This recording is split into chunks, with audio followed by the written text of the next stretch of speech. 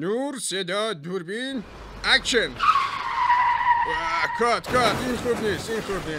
دستیار، جناب آقای کارگردان، چرا تایرای این ماشین دارن برعکس را میرن؟ یعنی چی؟ مگه میشه؟ مکانیک همه چیزشو چک کردی؟ بیا خودت نگاه کن.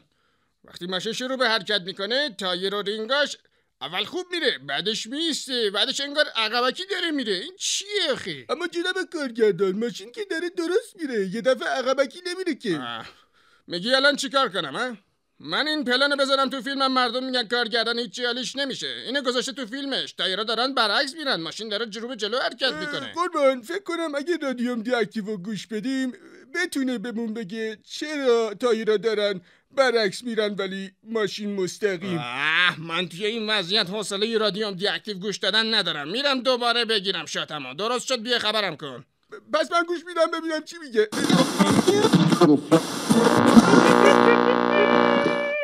رادیوم دیاکتیو.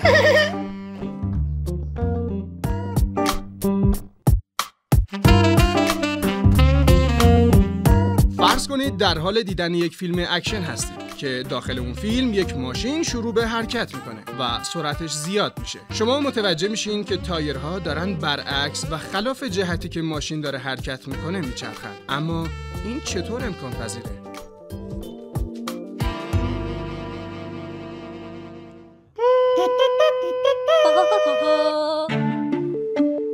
جواب سوال رو باید توی مکانیزم دوربین‌های فیلم برداری پیدا کرد. تمام فیلم‌هایی که می‌بینیم با یک فریم ریت مشخص توسط دوربین‌ها ضبط میشن. یعنی فیلم‌هایی که می‌بینیم مجموعه‌ای از عکس‌ها هستند که در یک زمان مشخص به ما نشون داده میشن.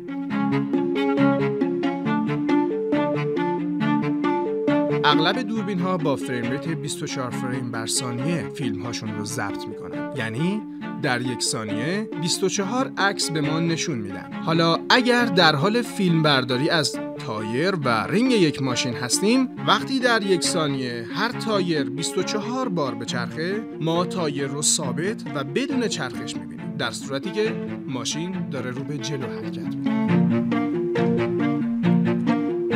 چون هر بار که از تایر عکس میگیریم، تایر دقیقاً یک بار چرخیده و هر 24 بار یک عکس تکراری به ما میده.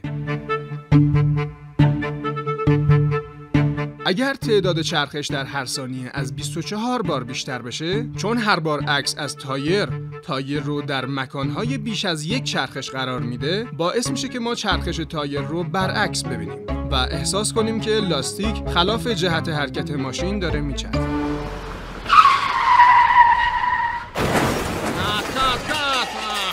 خوب نشد. برداشت 115 رو میگیریم. جناب کارگردان، دلیلشو فهمیدم. نمیخواد، من خودم درستش کردم. چجوری؟ زنگ زدم یه ماشین دیگه دارن میارن. علیه، من استعفا میدم.